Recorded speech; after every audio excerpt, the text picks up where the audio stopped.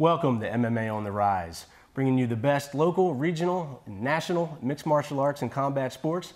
I'm your host, Tom Ziegler. Here with me is our fight tech, Paul Boo. We've got an outstanding show for you tonight. Paul, what have we got going on?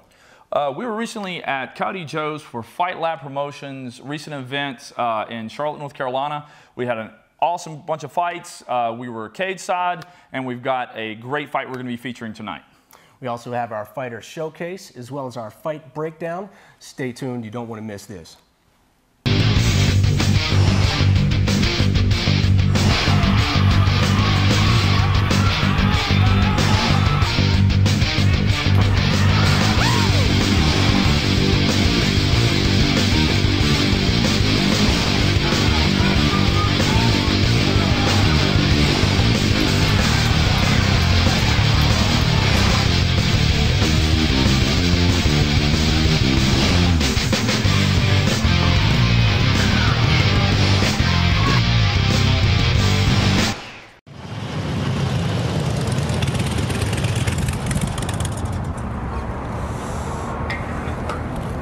Nice Harley. Thanks. Yeah, I was gonna get one of those myself, but I spent the $64.95 on a killer dinette set. It was tough, you know. It was Harley, dinette set, Harley, dinette set. Went with a dinette set. And here we go with our first fight of the night. It's Fight Lab Promotions in Charlotte, North Carolina at Coyote Joe's. I was actually there cage side with guest commentator, pro fighter Kevin, the Master of Cool Furon. It was a great night of fights, so make sure you grab your popcorn, pull up a seat. Here comes our first fight. All right, we got Brian Garlock coming out of East Coast Fighter in North Carolina. He's coming down with his jiu-jitsu gi on, so that tells us right there to expect him to be a good ground fighter. 19 years old, that's young. I'm very excited to see what this guy's bringing to the cage. He looks like he's an athlete as well. I expected nothing less out of a 19-year-old debuter. 19-year-old, 155. Now the question is nerves. You know, you never know with a guy coming into the cage for the first time. They might have all the skills in the world, but the first time they're in that cage, in front of the lights, the cameras, the screaming fans, how are those nerves going to affect them? Is it going to kill their cardio? Are they going to rise to the occasion? A lot of fighters, they come to the cage for the first time and they're very surprised on how it affects their cardio. They're not used to the adrenaline, the cameras, the lights, all the pressure. In training, they train round after round, and if you'll find it, they come in here after the first round, they're gassed. Yeah, and that's a common thing with a lot of debuters because they don't realize how that adrenaline rush they get from that debut affects their cardio, and they don't prepare for that. We got Donnie Jessup giving the last minute instructions to the fighters. We got Brian Garlock wearing the blue shorts, Marcus Fludd in the black Valley Judo shorts. Looks like Brian's got a definite reach advantage. He does have a height advantage for sure. He looks like a lot bigger than his opponent, Marcus Fludd. Look like they could be in two different weight classes. That was a nice straight right there. Got Garlock controlling the center of the cage. Looks like Marcus is pushing for that takedown. He did not like getting that hit, and he moved in for the clinch. Garlock spun around and put him up against the cage. I don't think he wanted any more of that stand-up. He's going to have to get this locked up quick. Garlock is going to work. He is swinging those punches. Okay, now drops down for the guillotine. It's under the chin. That might be in there. It's getting tighter. He's actually pushing it in. That's really tight. His head's starting to come out though. What does Marcus need to do here? Marcus needs to keep pulling his head out at this point. There he goes, he pops out. Now he's got to watch for the sweep here. He gets him back down. Landing some nice blows in that sweep attempt. Now he's standing up. It looks like he's going to try to rain down some punches. Garlock's doing the right thing, trying to tie up the arms. Let's see how Garlock's jiu-jitsu is. He came down with his gi on. Did you notice any belt with that gi? Do we have any idea what ranking he holds? He was not wearing a belt, just the gi top. Rolls in for, looked like a leg lock. He bailed on it. Reverse mount, swims up, he gets up. Oh, nice reversal. Now he's got his back. He's got a front headlock. He falls back for the guillotine again. He's only got one arm in. Doesn't look like he has it. Garlock looks comfortable on his back. He's setting up a triangle. If he sweeps him down, he's going to get it. Marcus needs to drive and look up. Oh, that's a mistake. This is going to be tight. He's moving into the mounted triangle. He laid out a lot of punishment here. As soon as he passes Marcus' feet out of the way, Marcus is in some real trouble. He's already in trouble, but this is going to be over soon. He doesn't have the triangle locked anymore. Wow, that was amazing. That was so close to being a finish. I'm really surprised that Garlock was not able to finish that. Marcus Fludd has fought out of 2 close submissions already. That takes a lot out of you. Like we were talking about, these are young, athletic guys. You know, sometimes that explosion in that first round. But if they make it out of the first round, what's going to happen in round 2? Are they going to still have that gas tank? There's a 10-second mark. Marcus laying down some punches now, with Brian going for the single leg. He got it. All right, that's into round 1.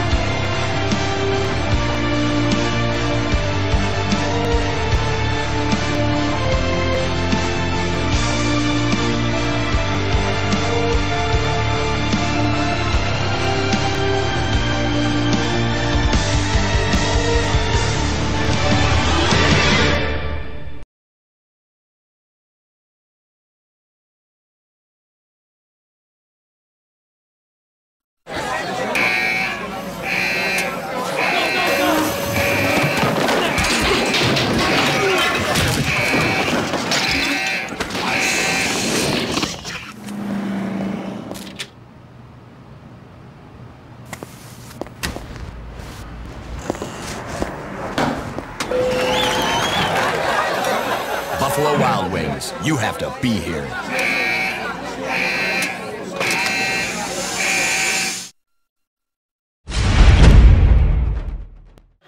Who do you have on that one? I went to submission attempts. I think Brian Garlock got the first round. Marcus is a game fighter, though. I'm expecting a good second round out of these two. I think Garlock definitely landed a little more from standing as well. He was winning the standing and the bend of the fight. And then once the fight went to the ground, Garlock was able to go for several different submission attempts. Marcus scrambled, was able to maintain, but I still think Garlock took that one. Marcus was on top for parts of that round. In the judges' eyes, you never know which way they're going to go when the fighter is on top, even though the guy in the bottom is throwing up submission attempts. Yeah, and I think as time goes on, the judges will become more educated, but there's still some more education needs to be done. They both look ready for round 2. Neither one looks very tired here. Round number 2, coming at you. Here we go, round number 2. Coming out to a little slower pace. You got Marcus as a southpaw.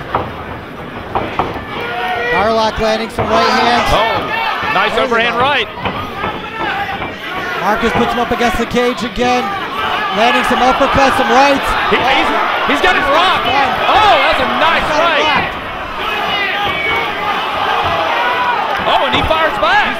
Brian's fighting back. This is definitely a good debut for both these guys. They're very tough guys right here, impressing a lot of people. Nice uppercut, nice left hand. They're throwing hard punches. Marcus still likes to be in tight.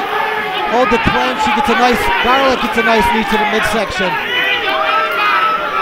Another knee by Garlock. And he works the body a little bit. Marcus not throwing a lot. Oh, he lands a nice right hand. Garlock fires back with the right and the left of his own. Looks like Garlock is going to have to get his back off the cage. Oh! He got a low blow. Garlock goes down. Ref calls time. Definitely, I think it was unintentional. He was going for the body. And sometimes that happens in those tight clinches. That was a hard hit, though. He's got 5 minutes to recover. And if he can't recover, what happens here? Since it's in the second round, typically speaking, they'll go to the judge's scorecard. Sometimes they'll declare it a no contest. It just kind of depends on how far into the second round it is. Would they take the second round score, or do they only go by the first round? You know, that kind of changes from one state to the next as far as their commission rules, and that also changes whether it's amateur or pro, so I'm not exactly sure how they would handle it. Now, Donnie Jessup came over and warned Marcus. I believe he knows it's unintentional, but if that happens again, he'll probably take a point. Doesn't look like he's taking a point here. Brian's up, he's walking around. You can tell he's hurting a bit, but I think this fight's going to go on. He's got a full 5 minutes to recover. You know, very rarely from an unintentional shot like that, like a groin shot, very rarely does the fight actually stop. Usually the 5 minutes, they'll take their 5 minutes and they're good to go. Most fighters don't take the full 5 minutes. But if you're not ready, you need to take it that full 5 minutes. Sometimes they get encouraged by the crowd. Sometimes the crowd will be yelling, maybe even sometimes booing. Sometimes they're afraid they're giving the opponent a break to get a breath, and they don't want to do that. So sometimes they'll rush themselves back in. Sometimes it's a good choice, sometimes it's not. It would be my advice to take 1 extra minute, even if you don't think you need it, because when you can take a low blow like that, and you go back into the fight, sometimes all of a sudden it hits you again. It's like, oh man, I'm not ready. Yeah, it'll really take a toll on your cardio, and it's just a distraction in the fight. And how old is Kenny Letts? Kenny Letts Senior's only 29. We got a time clock. How far into the 5 minutes are we? I'm not sure where we're at right now, but we got to get at least a couple minutes in. Donnie Jessup is talking to Brian right now.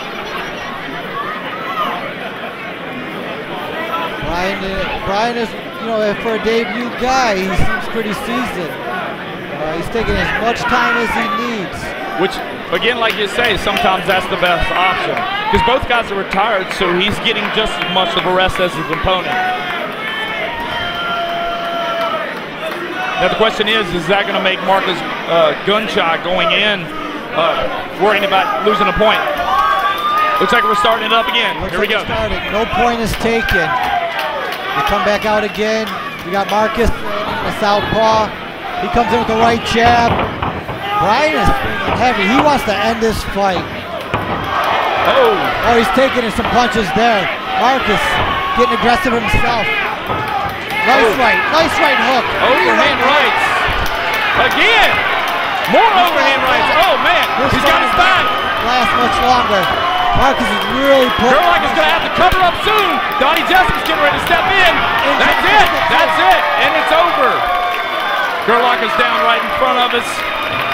It's a very hard fought fight. What a fight! This is his debut fight. No shame in this. Awesome fight. That was an incredible fight. That could very easily go down as fight of the night. Yeah, definitely.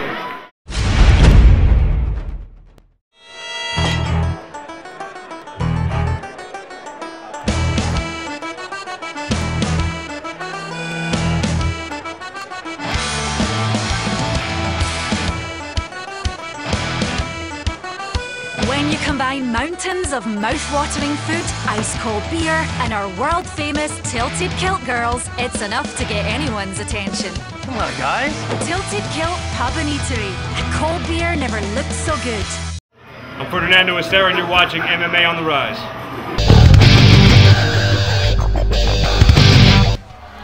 We got striker Hoffman from South Carolina come down to the cage right now. Team pitch black. I believe he's out of Greenville. With a name like Striker Hoffman, what's your first expectation? Well, you know, he could come out guns a-blazing, but you never know. He might go in there and shoot right away and just go for the takedown. You never know. Why couldn't my mom name me Striker Furon? What a name for a fighter. You know, that's like sort of destiny. When you got a name like that, you got to fight. Absolutely. Striker looks like he's got a bit of a reach advantage. He's obviously a taller opponent, a little bit more slimmer. Yeah, Striker definitely looks like he does have the reach. You know, I guess you could say a better physique, but that doesn't always mean anything in fighting. You know, Mike, he looks like he's carrying a pound or two. He might be able to go down to a lower weight class, but sometimes you never know. I mean, you got guys that look like they just rolled out of bed and haven't trained a day, but they get out there and they're phenomenal. So you never really know. And it's a little deceiving on the cardio also. Sometimes the guy who's a little soft is twice the cardio as the guy who's all chiseled out. Again, we got Donnie Jessup addressing the fighters. Striker definitely looks to have that reach advantage. We got both fighters wearing black trunks. We got Striker wearing the more of the loose board short trunks, and Mighty Mike's got the tight Vale Tudo shorts on. Mighty Mike starting off in the southpaw stance. They're both feeling each other out here on the feet. I definitely think this kind of range is going to favor Striker because of the reach. Yeah, he's catching him with the jab on the way in every time. Yeah, that's the second or third jab that's already landed. Looks like his eye's already red. He's hitting him right on that orbital bone. Oh, nice shot, but for the takedown. Striker runs out of it. Nice hands. Look at that. Yeah. Well, I guess his name is fitting. It looks like he's got some good hands on him.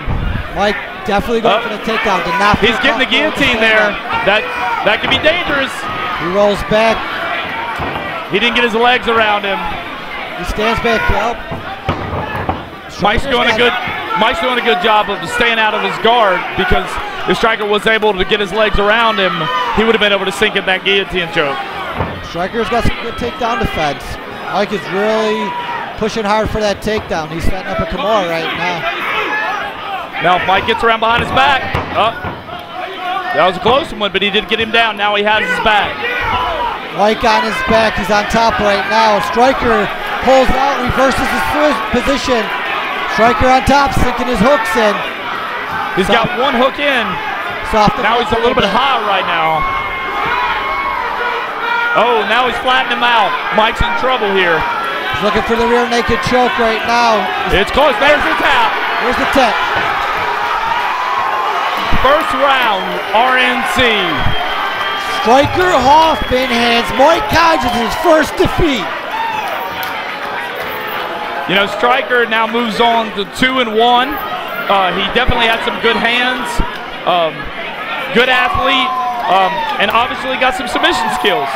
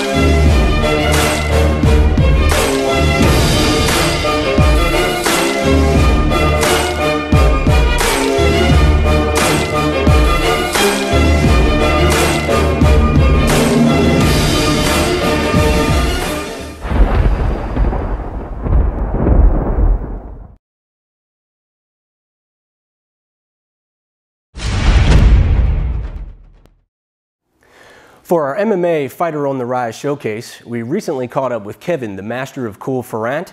Kevin is a pro MMA fighter out of Charlotte, North Carolina. My name's Kevin Furon. I'm from Buffalo, New York. I've been here in Charlotte for 8 years. I've been training in mixed martial arts at highest in IMB for the last 3 years, and I've also been training at Dime Boxing. I've played hockey my whole entire life. I've watched fights on TV probably since I was born. I've always been a little scrappy guy, and I just seemed interested. I wanted to try training in mixed martial arts and competing in it. Health-wise, I mean, I'm in the best shape of my life. I exercise 5-6 days a week, and my eating habits are a million times better than they were. My amateur record is 10 wins, 2 losses, and 1 no contest. I'm making my pro debut September 10th at the Grady Cole Center for Imperial Fighting. I'm fighting against Sebastian Wojcik, who's also making his professional debut. I've been training hard for this fight. I'm pretty excited about turning pro. That's a pretty big deal to me. For me, getting ready for this fight, because it's my pro debut, not much has changed a whole lot, because as an amateur we were training already as if pros. We have pros in the gym already, so I was helping pros get ready for their fights. And my training camp, I treated it as a pro camp even as an amateur. Well, I've been fighting about 6 times a year. I think I could maybe do that for the next 3 years. I slow down a little bit. So, maybe have 20 fights in 5 years, have, hopefully 15 wins, 5 losses, 20-0 obviously, but 15 wins, 5 losses, pretty respectable record, gaining experience, and I would like to someday open up my own mixed martial arts school, train other fighters.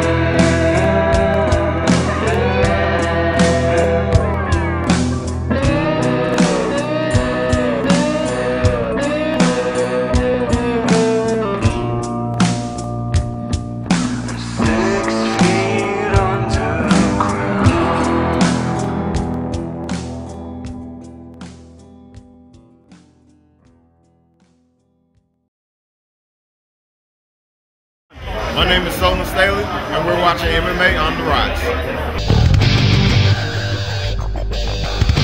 We got Furon Webb with loads of experience.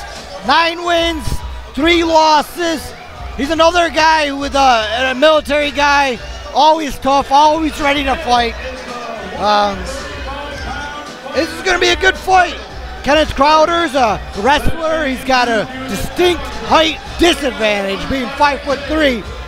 He's probably going to want to go in for a takedown, but Furon Webb's he's a wrestler himself. He's going to have good takedown defense. I think Furon Webb's going to do what he needs to do to keep the fight standing and win the fight there. Yeah, I mean, definitely with both of them being wrestlers, Crowder having the height disadvantage, you would think he'd want to use his wrestling to control where the fight happens, get in tight. The problem is, with Webb being a wrestler also, he's going to have a hard time being able to close that distance and keep it tight. Furon's probably going to use a lot of counter wrestling to keep the distance, use his reach, but you never know. I mean, he could come in there and try to take it down right away as well and try to surprise Crowder. So there's a couple ways this fight could go. It could. Furon Webb, this is for the 135-pound title. Kenneth Crowder, our champion. Furon Webb, they just announced as a champion of Bull City Brawl, so he knows what it's like to have a title, and I'm sure he wants the Fight Lab title bad. Yeah, and Furon Webb's, you know, he's been improving. He's got a lot of fights. Every fight he seems to get better. So, you know, we'll see what happens here. We got Donnie Jessup giving the last-minute instructions to the fighters. Kenneth Crowder wearing the plain black shorts. And Furon Webb wearing almost plain black shorts, just a little red writing. We got Furon Webb is from White Lion Kung Fu. It looks like he's trying to use a little Kung Fu here. They look like they're using some straight-up high school college wrestling there with some of those stances. Trying to get that low single. It looks like both of them are really kind of want that takedown, but again, I give Kenneth Crowder a little bit of an advantage here just because the gym he trains at, as well as the fact his low center of gravity, and he's just a denser, more muscular guy. Furon Webb just took a low blow from Crowder and shook it off. You see him cringe a little bit on that low blow. Ref didn't see it. I think, you know, Furon might try to change his strategy here now that he's locked up with him and might try to use a little more striking.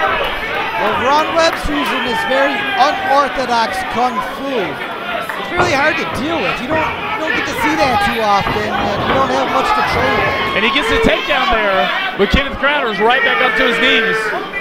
Absolutely, Kenneth Crowder's going to pop up every time.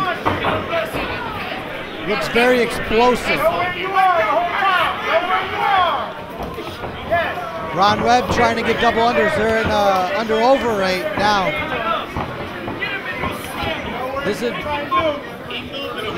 this reach advantage to be able to sneak those knees in there. Yeah, but again, like I was saying, Kenneth Crowder being so low to the ground, he's able to drive Furon Webb up against the cage. He's got just more of a drive behind him. He goes in for a shot. Sprawled out nice by Webb. They're back on their feet in their under-over position. This looks like a wrestling match with knees. It really does. I'm really surprised Furon Webb's not trying to use more of a striking. Nice little leg kick there. But, you know, from inside the clinch, actually going for a low ankle kick. He's going for a low leg kick from inside the clinch. He's going for knees to the body, knees to the legs from his clinch. It looks like Furon's starting to open up his striking a little bit more. He's doing it from the clinch, but he's still starting to throw a little bit more, which I think is going to work to his advantage. I think he'd be better off keeping a little bit of distance and kind of using that reach. They both go in. Looks like they clashed heads. They got Crowder with the front headlock. This corner's telling him to bring him over to the cage. We got Webb holding Crowder up against the cage right now. Right in front of us. Webb working those knees on the inside leg of Crowder. Those are going to take their toll after a while. Furon's working that single. Oh, but Kenneth Crowder locks in the guillotine. It looks tight. It's very tight. Arm in. Furon Webb taps. That's it. That's it. We got Kenneth Crowder with his 6th win. First round guillotine against the very tough Furon Webb. The wrestler showing that he's got those submission skills. Awesome fight. There we go. Ken Crowder doing his hot yoga pose. For Captain and Colas. So, how long do you think before they realize we're gone?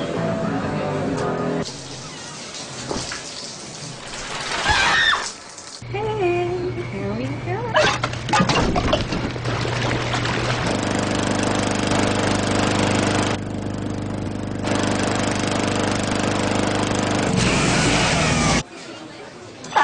We got all night. Captain Morgan. Got what it takes to be a captain? Thanks for joining us tonight for another outstanding show. For Paul Boo, I'm Tom Ziegler. And we'll see you next time on MMA On the Rise.